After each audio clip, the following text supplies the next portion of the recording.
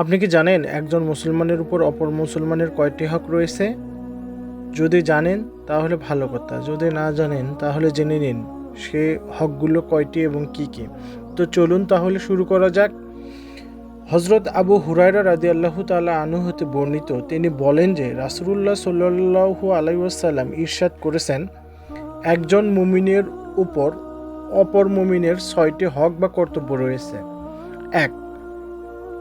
যখন সে রোগাক্রান্ত হবে তখন সেবা করা। 2. যখন সে মৃত্যুবরণ করবে তখন তার জানাজায় উপস্থিত হওয়া। 3. যখন সে আহ্বান করবে তখন তার ডাকে সাড়া দিবে। 4. যখন তার সাথে সাক্ষাৎ হবে তখন সালাম দিবে তাকে। 5.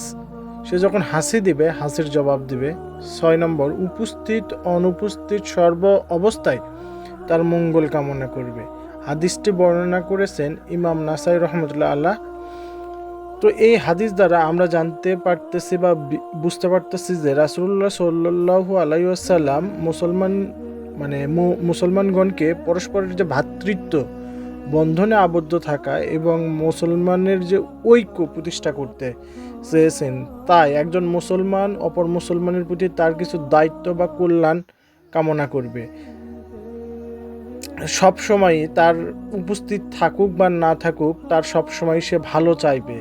এটাই আমরা এই হাদিস দ্বারা বুঝতে পারতেছি। এছাড়া আরও বুঝতেছি যে সব সময় তাকে সৎ কাজে আদেশ করবে, অসৎ কাজে নিষেধ করবে বা বিরত থাকবে। তার অনুপস্থিতিতেও যেন তার সম্পর্কে কোনো গীবত, কোনো ত্রুটি এগুলো ধরে তুলবে না। তো এগুলো আমরা আসলে এই হাদিস দ্বারা বুঝতেছি। এই হাদিসের মূলত এরকমই অর্থ বোঝায়। তো ধন্যবাদ। আপনারা যদি এরকম আরও কিছু জানতে চান তাহলে আমাদের চ্যানেলটাকে সাবস্ক্রাইব করে পাশে থাকবেন। ধন্যবাদ সবাইকে।